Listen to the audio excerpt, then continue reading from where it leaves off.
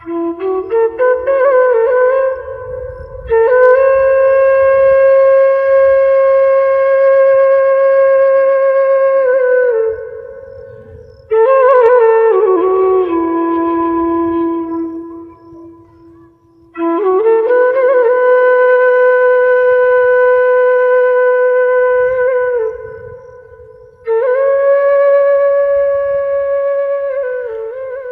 থেকেই আমার একটা পাহাড় কেনার শখ, কিন্তু পাহাড়কে বিক্রি করে তা জানি না।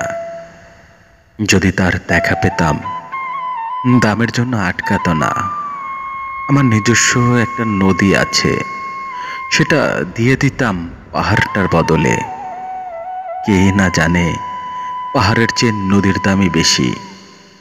পাহাড় স্থানু, নদী বহমান, তবু আমি নদীর বদলে পাহাড়টাই কিনতাম, কারণ আমি ঠকতে চাই।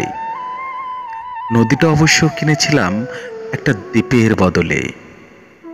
ছেলেবেলায় আমার বেশ ছোট্ট খাট্ট ছিমছাম একটা দ্বীপ ছিল, সেখানে অসংখ্য প্রজাপতি।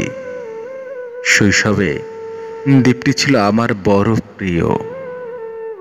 আমার যৌবনে দ্বীপটি আমার কাছে মাপে ছোট লাগলো।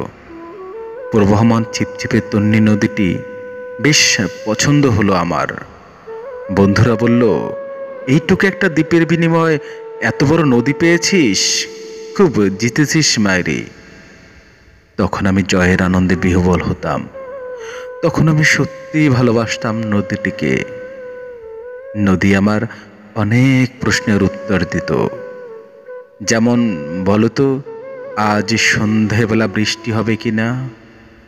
সে বলতো, আজ এখানে দক্ষিণ গরম হাওয়া, শুধু একটা ছোট্ট দ্বীপে বৃষ্টি, সে কি প্রবল বৃষ্টি, যেন একটা উৎসব। আমি সেই দ্বীপে আর যেতে পারি না। সে জানতো, সবাই জানে, শৈশবে আর ফেরা যায় না। এখন আমি একটা পাহাড় কিনতে চাই। সেই পাহাড়ের পায়ের কাছে থাকবে গহন অরণ্য।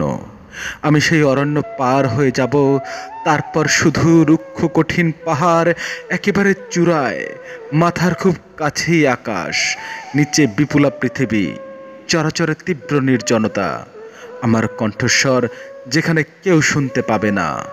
আমি ঈশ্বর মানি না, তিনি আমার মাথার কাছে ঝুঁকে দাঁড়াবেন না।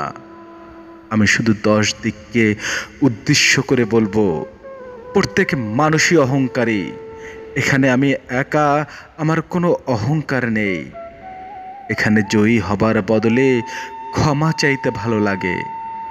হে 10 দিক, আমি কোনো দোষ করিনি, আমাকে ক্ষমা করো, ক্ষমা করো।